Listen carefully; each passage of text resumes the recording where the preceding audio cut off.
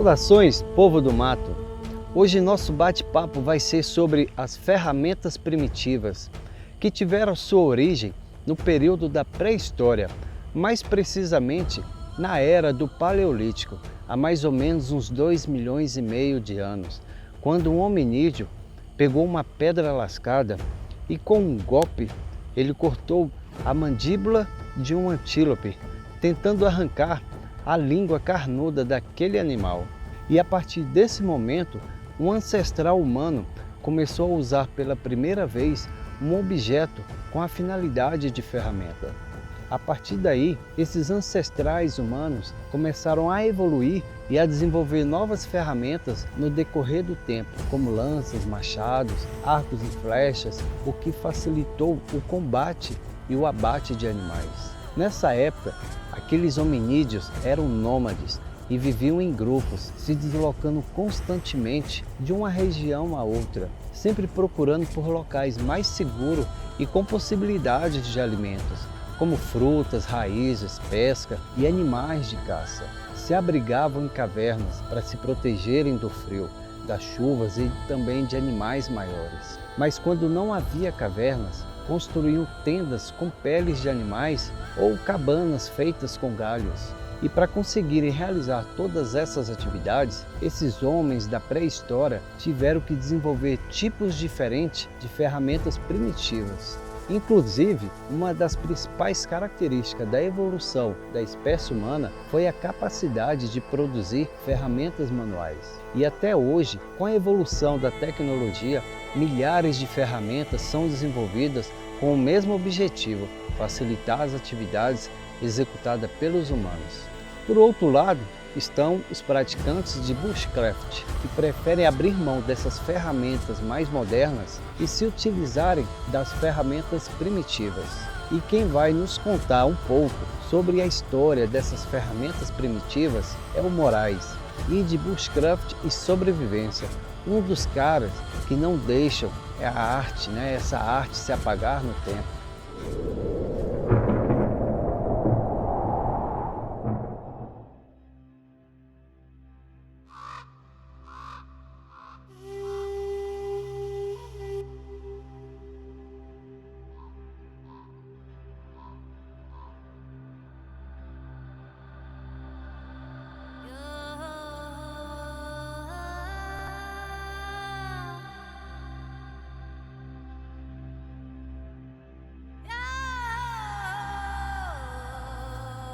Grande Moraes, meu irmão de mato, é um grande prazer em recebê-lo aqui no bate-papo mateiro, para falar novamente de um assunto que remete, à história da nossa espécie, que dessa vez são as ferramentas primitivas, que é uma arte que anda junto com os praticantes de bushcraft, Afirmativo, Humberto.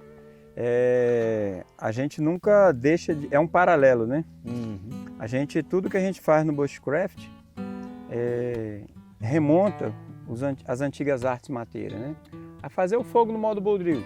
A ferramenta que você está usando para fazer o fogo é um arco, um pedaço de madeira arqueado, com uma linha, um lirpe.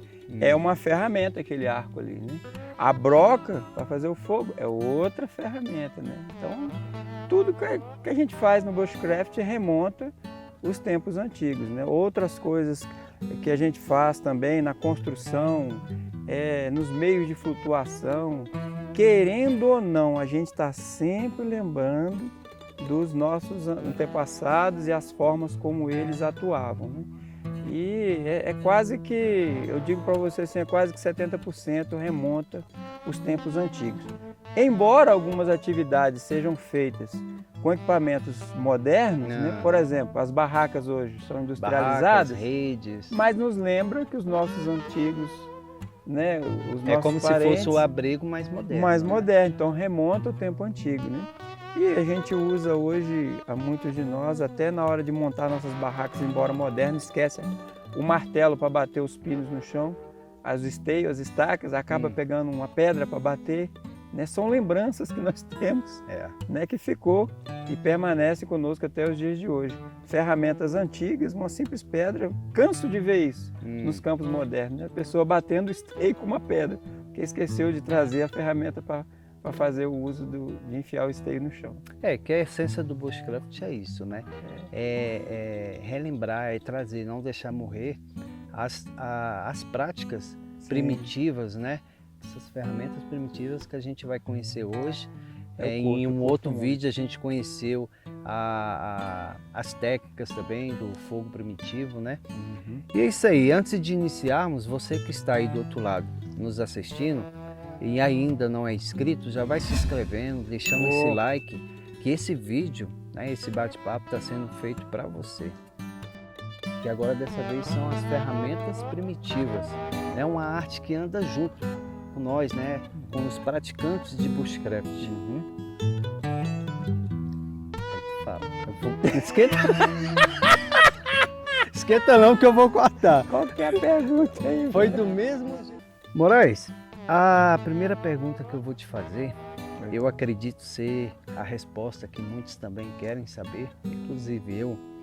Nos conte um pouco sobre a sua história, né? O que te fez tornar o mateiro que você é hoje, que muitos respeitam, né? Muitos admiram o seu trabalho dentro do bushcraft. Fico lisonjeado, muito obrigado. A gente mesmo acaba não se enxergando, né? Mas fico feliz por saber disso. A gente, na infância, né? Meu pai, por ser pastor, mudava de muitos lugares, de um lugar para o outro, com o intuito de levar o evangelho. E acabamos morando numa cidade do interior de Minas, chamada Buritizeiro, que faz também divisa com a cidade de Pirapora, norte de Minas Gerais. E ali, muitos dos membros da igreja eram fazendeiros, né? Pessoas que lidavam com a roça e de maneira bem primitiva mesmo, né?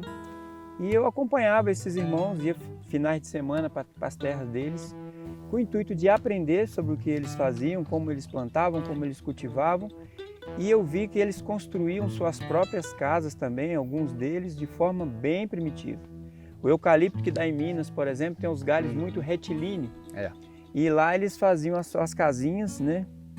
Eu conheci um senhor chamado Seu Mário, e ele construiu uma casinha feita totalmente com eucalipto, os esteios, as colunas, a sustentação da casa eram 3 grandes forquilhas, né? A cobertura da casa era feita totalmente com palha de buriti, você conhece o buriti? Palha de buriti. Palha de buriti. Usava pau a pique também, o barro lá? Barro. A única parede que eu me recordo que era barreada era a parede que fazia o L com o fogão de lenha, que era dentro da casa, por causa do risco de pegar fogo, né? E fazer uma coluna ali, uma coluna, para proteger, para não pegar fogo. Que as paredes eram trançadas com pequenas palhas que eram encontradas no cerrado, né? E aí podia pegar fogo nas paredes. A única parede que era barreada era a parede da cozinha. A cama que a gente dormia, cara, era uma cama feita com eucalipto. A forquilha de baixo, colada com a forquilha da cama do meio, colada com a forquilha da cama de cima. Nossa. Isso nos 4 buracos, né? Então você tinha a cama de baixo, a do meio e de cima, totalmente feito com forquilhas de eucalipto, com os travessões de eucalipto, estrado das varas de eucalipto. O colchão era capim da região, né? A gente colocava o capim da região e forrava com um lençol por cima, amarrando, prensando por baixo, né? Para o colchão ficar bem a formato de um colchão mesmo, né? Então essas coisas, Humberto, marcou a minha infância. Essa pessoa chamada Seu Mário, né? Eu assisti esse homem subindo num pé de buriti muito alto, totalmente assentado, com apenas 2 forquilhas, né? Ele folgava uma forquilha, subia, folgava outra, subia, e sobre a coxa dele tinha um pedaço de parte da folha do buriti, aquela parte mais grossa, né? Sim. Ele cortou aquilo como 2 grandes alças assim, colocou na perna aqui, e a corda passava por baixo daquilo para não prensar a perna dele, né? E ele subia sentadinho, confortável, para tirar as folhas do buriti. Aí ia derrubando, eu ia coletando para a gente botar lá para cima para fazer a cobertura da casa. Essas coisas que marcou a minha infância, entre os 15 até os 18 anos, né? Eu tive essa vivência com essas pessoas lá. Hoje a gente conhece o termo vivência, que eu não sabia como é que era esse termo, né? Não existia na minha época. mas essa experiência de acompanhar essas pessoas eu tive. Experiência de plantar o arroz, de colher, mandioca, todo tipo de plantio, milho, tudo foi nesse período aí. Eu acho que foi aí que eu vim me moldando como mateiro, né? Entendi. Que eu não conhecia esse termo também, mateiro, a gente falava que era da roça. Fulano é da roça, né? Tudo. Essas experiências, essas fases, né, no seu crescimento que foram moldando, né, a sua personalidade, as suas práticas, né, como mateiro. Quando você entrou lá no passado, lá para a Marinha, você teve que se afastar um pouco das suas atividades mateiras, né, disso que você acabou de falar, ou a Marinha te ajudou de alguma forma a agregar e a praticar mais ainda as atividades mateiras? É boa essa sua pergunta. Quando eu entrei para a Marinha, fiz o concurso em 1993 para fuzileiro e eu me deparei com uma vida dentro da área ali de preservação ambiental que a Marinha cuida, zela, em frente à cidade de Santa Maria, aqui em Brasília. É uma área enorme, né? E ali dentro a gente passa ali 3 meses a nossa formação, né? Recluso, para ter a nossa formação, né? Então nossas corridas eram dentro do cerrado, a nossa vida era dentro do cerrado, a orientação que a gente aprendia era dentro do cerrado, a experiência de sobrevivência que nos foi ensinado foi dentro do cerrado, né? As instruções de combate foi dentro do cerrado e eu me deparei, respondendo você agora, com muita coisa que eu já fazia no mato, que eu tinha que fazer ali como fuzileiro naval. Eles me ensinaram que na hora de fazer o fogo, a gente tem que ocultar o fogo do inimigo, né? A gente já fazia isso lá no mato, fazia o buraco no chão. Camuflar o fogo, a fumaça, né? Para na hora de caçar, na hora de fazer essas coisas, a gente tinha que ocultar, né? Não fazer muita fumaça, não fazer muita claridade. Então assim, cara, já fazia isso, né? Aí na hora de ensinar a gente a fazer as cordas primitivas, cara, já ouvi o seu Mário fazendo as cordas do olho do buriti, tirava o sisal do olho do buriti, né? Então foi associando essas coisas. E eu aprofundei, né, na verdade. E eu me preocupei, porque eu vi que na Marinha, no Corpo de Fuzileiros Navais, a gente na hora do combate em áreas rurais, em selva, em cerrado, a gente precisa do conhecimento do mateiro. Precisa de saber o que é um pé de buriti, o que é um pé de pequi, né? O que é uma lobeira, o que é um cajuzinho do cerrado, e essas coisas a gente já sabia da infância, da vida no mato, né? Então quando chegou lá a gente não encontrou muita dificuldade, mas aí aguçou a curiosidade para buscar mais conhecimento, né? Para fazer essa manutenção da vida como militar, né? E dar continuidade, e os conhecimentos eles se juntam, né? Entendi. Eles se completam. Então a Marinha, como eu falei na pergunta, então a Marinha ela agregou. Agregou. Né? Ela agregou e te fez foi incentivar mais ainda as práticas mateiras, né? Isso. Inclusive, hoje você ainda está na Marinha, então com toda essa experiência, conhecimento, você ajuda de alguma forma no treinamento de soldados? Sim, aí desde soldado eu vim sendo separado, né, para trabalhar na formação de outros soldados. Depois, como cabo, eu fui trabalhar na condução e segurança de autoridades dentro da Marinha, né? Mas aí depois eu pedi de novo para voltar para essa área, né? Trabalhei de 2000 a 2004 dentro dessa área da Marinha ali, recebendo polícia militar, o BOP, GOA, GEPOI, escoteiro, todas as forças auxiliares de Brasília iam até os fuzileiros navais naquele período para buscar treinamento nessas áreas, né? E eles sempre me escalavam: Moraes, você que gosta, vai lá ajudar, vai lá ajudar. E acabou que eu fui cada vez mais me aprofundando no assunto e buscando cada vez mais conhecimento para poder compartilhar com as forças auxiliares e com os colegas da Marinha mesmo. Então você acabou se utilizando das práticas, dos conhecimentos de sobrevivência, né? O soldado ele precisa muito disso em determinadas situações. Verdade. Para acrescentar isso e preparar soldados, né? Sim, afirmativo. Show. Moraes, e assim, em algum momento você procurou por alguma referência, né, para te ajudar a aprimorar e conhecer também novas técnicas sobre as ferramentas primitivas? Teve um período da minha vida em que meu filho, o Aleph, ele me apresentou um vídeo na TV, do YouTube, que era do, se eu não me engano, Humberto Costa. E nesse vídeo... Meu xará, Humberto Costa. Seu xará. Deve estar nos assistindo aí. E nesse vídeo ele estava juntamente com Juliano Toniolo, nosso mestre também, o Costa Toniolo. E o participante do primeiro, ele que gravou o primeiro bate-papo. Olha aí, que legal, bacana. E eles estavam em algum lugar, acho que no norte do Brasil, em umas cavernas, né?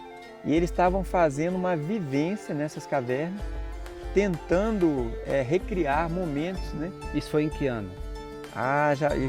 Se eu não me engano, cara, nós estamos em 23, acho que eu assisti esse vídeo, não me recordo agora. O canal do Toniolo é de 2008.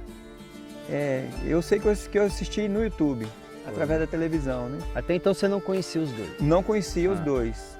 E aí eu entrei em contato com o Costa, né? Eu achei interessante eles tentando recriar aquela questão do primitivismo, usando pedaços de ossos, fazendo fogo primitivo, né? E, salvo engano, eles até estavam com um animalzinho lá, preparando o animal. E eu achei aquilo muito interessante, me chamou a atenção. E eu fiz um contato com o Costa, por telefone, né? Então, assim, aí de lá para cá, esses dois viraram para mim as primeiras referências, né? Apesar de praticar algumas coisas, mas eu não conhecia o termo, né? E nem sabia da existência de grupos ou de pessoas que praticavam tais coisas aqui no nosso país, né? É legal, eu costumo falar que muitos dos praticantes hoje de bushcraft, novamente eu repito, é o meu caso, é o seu caso, às vezes a gente já pratica muitas das atividades que a gente pratica dentro do bushcraft, e quando a gente conhece bushcraft, o que é isso? Que a gente vai olhar, mas eu faço aquelas coisas. Aí a gente acaba entrando pro grupo, faço, né? O grupo, por isso a importância de canais de YouTube como esse, diversos, milhares de outros canais. Os canais nos conectam, né? Trazer essas pessoas que estão desgarradas, né? Desmembradas, e somando conhecimento, né? Assistindo uma live esses dias, acho que era do Guerreiros, né? Eles falaram até isso, não precisa ter um canal de bushcraft porque você pratica bushcraft, você não é obrigado a ter um canal. Não, que isso, jamais. Jamais, não precisa disso. É porque a gente quer deixar os nossos registros, né, das coisas que nós criamos, do que fazemos, né, como uma biblioteca para quem quiser consultar. Mas não é obrigatório.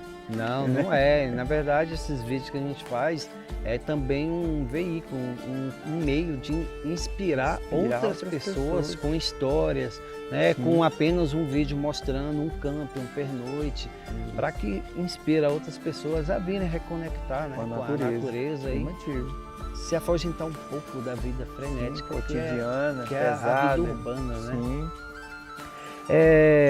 Show, cara, muito show. A história, quanto mais história a gente conhece, a gente fica mais impressionado, né? Encantado com as histórias. E após você conhecer, né, essas grandes referências que a gente tem, Humberto Costa, Juliano Toniolo, que é considerado o pai do bushcraft, né? E a história da sobrevivência e do bushcraft na sua vida, né? Como que você chegou até aqui? Então, logo após esse encontro via telefone com o Costa, e eu contando para ele das coisas que eu pratico, tinha muito a ver com os que eu estava assistindo, ele falou, cara, em Brasília existe um grupo, né? O grupo de bushcraft de Brasília.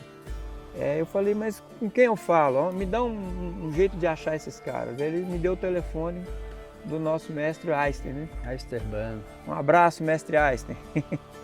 E foi muito interessante essa história, porque no momento que o Costa estava falando comigo no telefone, me dando o número do Einstein, a minha filha chegou da escola, Giovana, e falou assim, pai, eu estava comentando com a minha amiga na escola sobre as coisas que você faz aqui no quintal.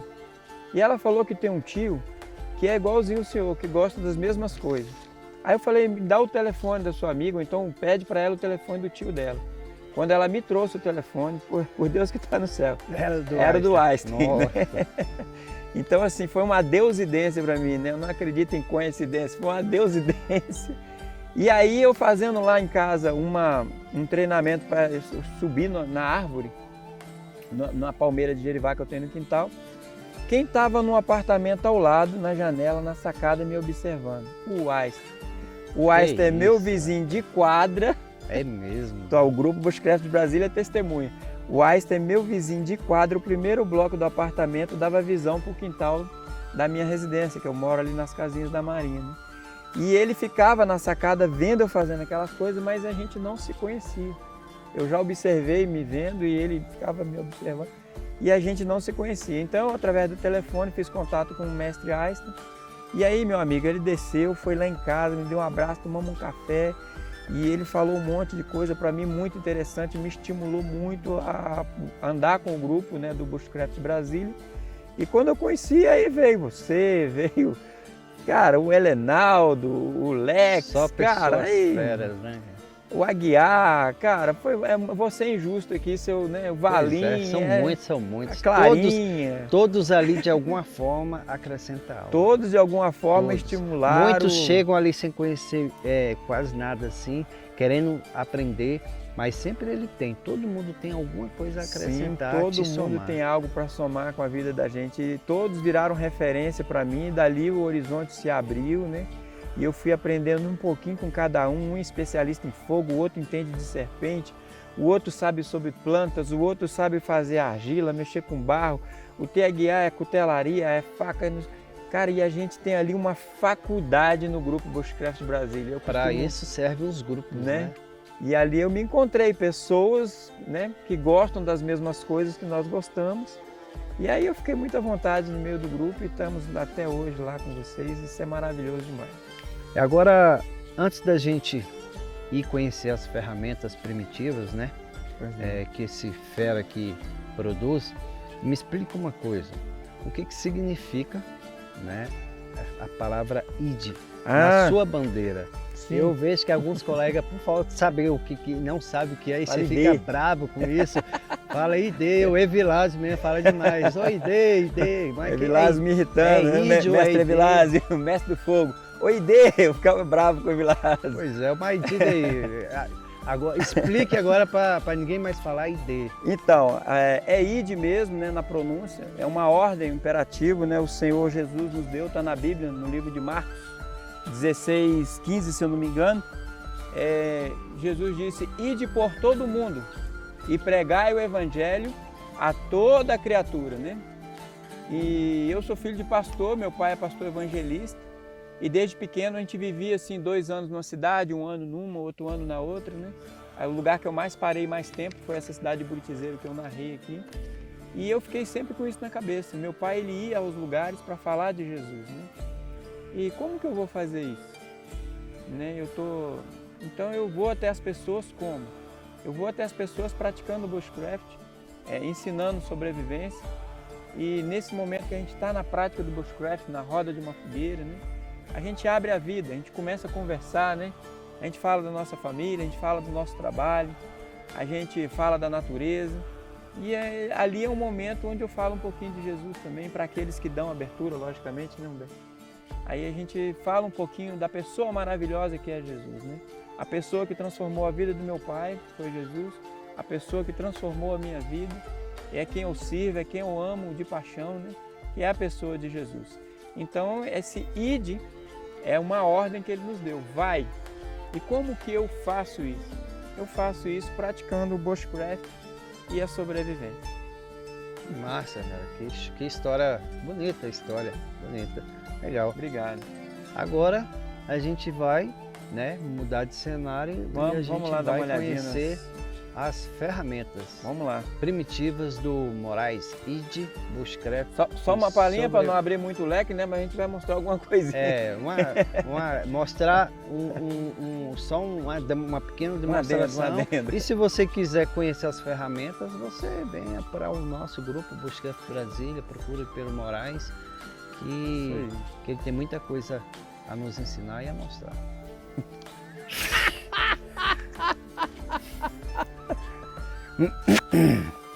Humberto, você é uma figuraça, velho. Tem que rir um pouco, para disfarçar a fome. Agora nós vamos mudar de cenário e vamos conhecer de perto as ferramentas primitivas produzidas pelo Moraes, ou a partir de recursos naturais como pedras e ossos ou madeiras, ou através da combinação desses recursos com partes de outras ferramentas. Tudo isso é reconstruindo os modelos das ferramentas confeccionadas há milhões de anos pelos nossos ancestrais.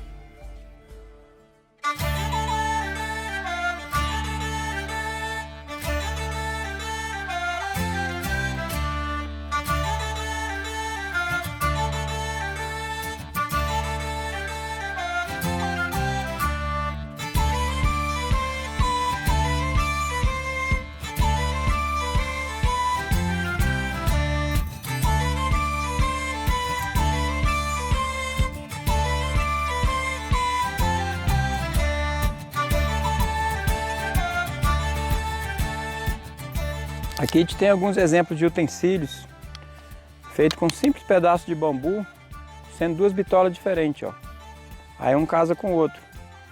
Esse aqui quem fez a Aquaterra Oficial, Paulinho, professor Paulinho Magalhães. Olha que criatividade do cara. Fez um carve aqui num pedaço de madeira, num pedaço de bambu, e aqui dentro ele acrescentou iscas. Eu, acrescentei as iscas de breu vegetal e breu do índio. Pedaço de cabaça onde a gente pode fazer utensílios para transportar pólvora, fazer conchas, né? Muita coisa dá para ser feita com cabaça. As estacas, né, para rachar lenha, né? Vários formatos de estacas, estacas com meio de amarração, estacas com a parte para engrasar na corda, no barbante, de vários formatos e profundidades. E aqui é o tri-stick. Esse negócio aqui é muito divertido brincar de fazer esses carnes, esses entalhes, porque é através desses entalhes que nós vamos desenvolver a habilidade para fazer outras coisas. E cada encaixe desse aqui, ó, você produz na construção mateira. Esse aqui, por exemplo, na construção mateira a gente usa muito, né? Essas partes aqui, se a madeira quebrou, né?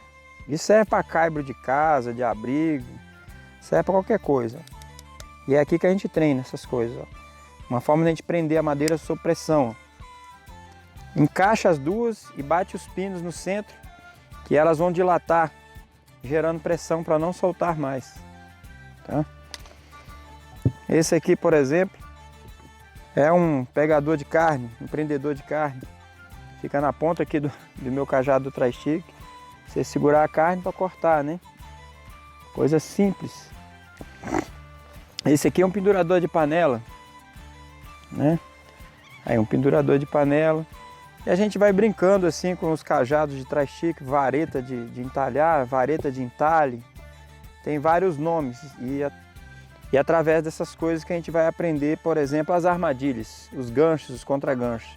Isso aqui é um espremedor, é um toco de goiabeira, onde nós fomos entalhando aqui com a faquinha da mora, e nós fizemos um espremedor de laranja, espremedor de limão. Essas coisas aqui são conchas do mar, tá? E dá para fazer talheres, ó. Muito simples, concha, ó, pegar comida, servir, se alimentar. São essas coisas simples que a gente pratica aqui no bushcraft. Olha, a semente da casca do jatobá. Muito bem. Toda hora a gente está aqui, né? Batendo o nome do jatobá. Aqui dentro a gente carrega uma agulha feita de bambu, uma agulha feita de ossos, semente de guapuruvu. Quem me ensinou isso aqui também foi o Paulinho Magalhães. Verdade. Um kit de costura. A finalidade disso daqui é transportar utensílio. É um utensílio e serve para transportar outros utensílios. Aqui é a semente do guapuruvu. Na hora de fechar, ó, na hora de abotoar aqui, ó, o vasilhame para não abrir, né? E muitas outras coisas que a gente pratica aí no bushcraft. Bushcraft é muita coisa, é um mundo de coisa. Naquela mesa ali a gente viu alguns exemplos do que os nossos ancestrais produziam como utensílios. E aqui nós vamos ver aqui alguns utensílios, por exemplo, de pesca, feito de osso de galinha. Olha só, um anzol feito a partir do osso de galinha. 2 pedaços de osso de frango, né? Amarradinho.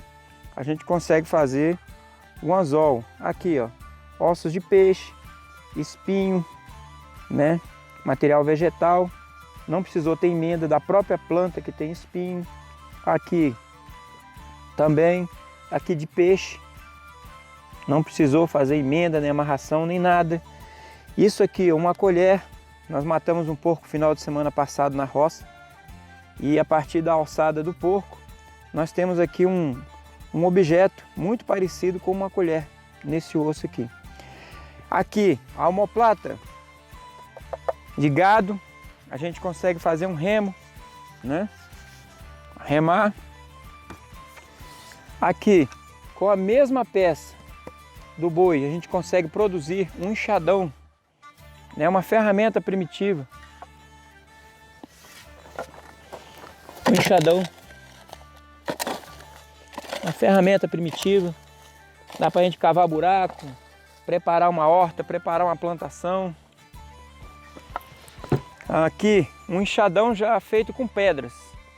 Eu treino muito com a pedra ardósia porque ela é mole e ela é fácil da gente trabalhar, então eu gosto de praticar com a ardósia. Num gancho, uma forquilha simples, né? A gente consegue esta ferramenta para capinar, para cavar buraco também. Aí.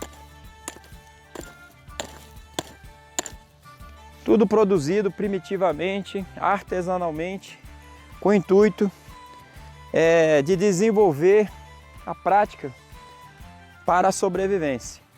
E por fim, uma única arma primitiva, não vamos apresentar as outras para não dar muito spoiler, mas aqui a gente tem uma faca feita de osso, né? Tem uma boa empunhadura, ela tem um certo corte, uma certa ponta, mas se eu quiser prolongar o meu braço na sobrevivência, eu vou inserir essa faca na ponta de uma lança, né? De um pedaço de madeira, e a partir daqui eu tenho uma lança, onde eu posso dar comprimento ao meu braço para me defender. Isso vai melhorar o meu psicológico na hora da sobrevivência. Eu tenho uma arma, isso vai me deixar mais em paz. E eu posso também arremessar, se necessário for, né? Num animal contra um cateto, um catitu, um porco do mato, né? Ou algo do tipo.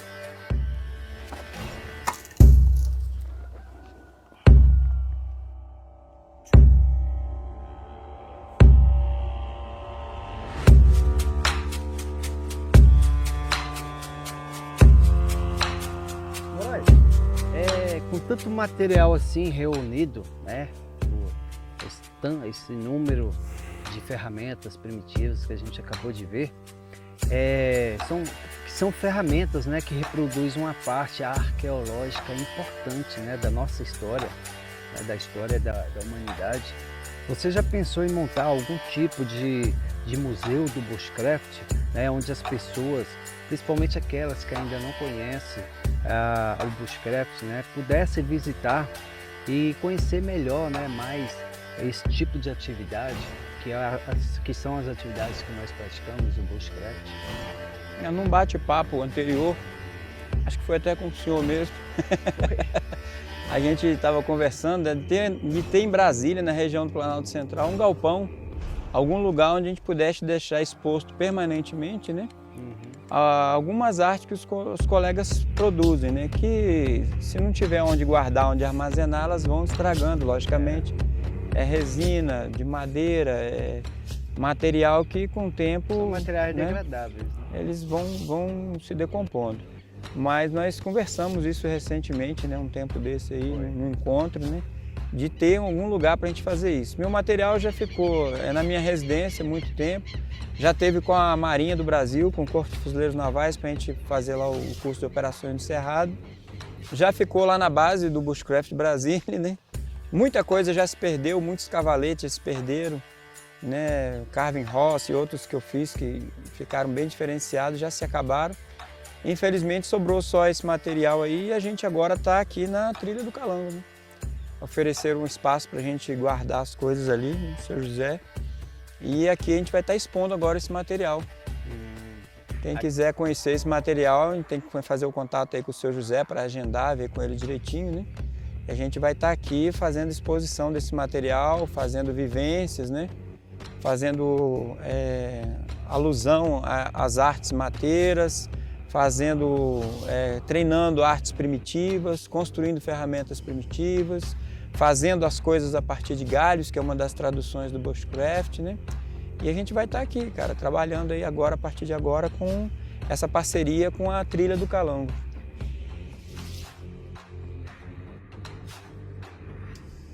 Sim, deixar alguns abrigos permanentes para que as pessoas possam experimentar os abrigos. Já pensou o pai poder vir com seus filhos numa área privada, onde há segurança, há tranquilidade, e fazer um pernoite num abrigo, né? E poder experimentar um pouco do sereno, poder experimentar um pouco do frio da noite do cerrado, né? Tá ouvindo as corujas à noite, observar as estrelas no céu, né? Poder fazer uma fogueira, sentar com seus filhos, contar histórias, né? É esse tipo de coisa que a gente quer proporcionar para as famílias aqui na Trilha do Cerrado. Vai demorar um pouquinho para a gente iniciar o projeto, né? Tem uma demanda, a gente tem que construir todas essas coisas. Preparar tudo. Mas é isso que está no coração da gente aí, com essa parceria com o Seu José, a Dona Ludmila, aqui da Trilha do Calango, né? No Altiplano. Na APA, né? APA, do Planalto né? Central. No Planalto Central. Moraes, as pessoas que vão nos assistir, muitas delas, né, ou já produzem, né, os praticantes de bushcraft, ou já produzem algum tipo de ferramenta primitiva, ou, né, aquelas que não produzem vão se sentir inspiradas e passarão a produzir ferramentas primitivas, né? Porém, para isso, elas precisam da matéria-prima, né, que é coletada dentro de um parque, né, de uma mata, ou até às vezes dentro de uma área de preservação, né, um parque nacional, o que for, né? Então, qual é a mensagem que você daria para essas pessoas, tanto para os mais experientes, né, que já faz coleta de material, como aquelas pessoas que vão iniciar, não sabem bem ainda como é que sobre os cuidados, né, com as suas pegadas ecológicas, né, ou seja, com os rastros que elas vão deixar, né, quando elas estão fazendo as suas atividades na natureza? Bom, primeiro cuidado é o que eu tomo. Eu deixo de coletar em áreas de preservação, eu deixo de coletar em áreas que são parques nacionais. A minha coleta é feita dentro da cidade. Uma vez que o governo do Distrito Federal tem feito as podas naturais, né, para poder elevar a copa das árvores, para manter a cidade limpa, arejada, né, clean, como diz no popular, né, o linguajar, bem clean, então a gente não coleta nessas áreas, né? E aí eu não deixo essas pegadas, eu não deixo sujeira no campo, eu não destruo a natureza, e eu chego gentilmente, peço para essas pessoas do GDF que estão fazendo essas podas, e eles não podem pegar. Eu pego lá 4, 5 pedaços de toco para fazer um entalhe, um carve, alguma coisa. Quando eu preciso das forquilhas também, eu peço, eles me autorizam a pegar, eu trago para minha casa, espero secar, espero dar o tempo certo de eu continuar o corte dessas madeiras. É a única forma da gente não deixar pegadas no meio ambiente. Mas não deixe lixo, não deixe essas pegadas, esses rastros na natureza, no meio ambiente. E de preferência, sempre que for coletar, colete aquilo que já caiu das árvores, colete aquilo que alguém podou, né? É um vizinho que está podando um pé de goiaba, a gente usa muito os galhos de goiabeira para fazer os nossos entalhes, as nossas ferramentas primitivas. A gente usa o ficus, muitas pessoas descartam ficus. Em alguns lixões tem muitos pés de coco jogados, onde a gente pega as fibras para fazer fogo, né? E é essa dica que eu deixo para vocês. Não tem necessidade da gente depredar o meio ambiente para a gente iniciar o aprendizado na confecção de ferramentas primitivas, armas primitivas e utensílios primitivos, que antigamente não tinha esse nome, utensílio, né? Mas o que a gente mais produz são utensílios primitivos. Moraes, e por fim, né, como que as pessoas podem te encontrar, né, conhecer o seu trabalho, ou fazer algum tipo de curso com você? Existe alguma base? Existe um canal, redes sociais? Como é que as pessoas que estão nos assistindo, que têm interesse em te conhecer, o seu trabalho e aprender alguma coisa, como é que elas vão te encontrar? Depois eu vou te pedir para colocar aí na descrição do vídeo aí, né? Mas é ID Bushcraft Sobrevivência. Igual tá aqui, ID Bushcraft Sobrevivência. Você vai me encontrar no Instagram. Eu deixo bastante dicas de nome de plantas, plantas comestíveis, plantas punks, construção de armas primitivas, construção de ferramenta primitiva, embarcações, né? Embarcação feita a partir de galhos, bananeira, de bambu. E também tem o canal no YouTube, né? Também ID Bushcraft Sobrevivência, você vai lá me encontrar no YouTube. Eu tenho começado agora, né, trabalhar mais os vídeos do YouTube, estava meio parado. E estou produzindo mais vídeos agora para deixar lá nessa biblioteca, né? Para quem quiser conhecer aí o trabalho que a gente vem fazendo, está lá no YouTube, ID Bushcraft Sobrevivência.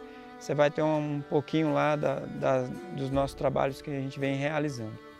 Isso aí, é só entrar, né, na descrição desse vídeo que vai estar.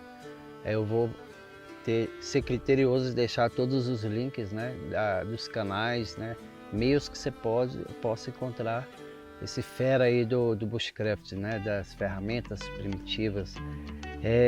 Moraes, a cada bate-papo que eu gravo é uma nova experiência, um novo aprendizado, né? E o mais importante é que eu fico muito feliz em compartilhar, né, com as pessoas que nos assistem esse universo espetacular que é o Bushcraft e suas atividades mateiras, né?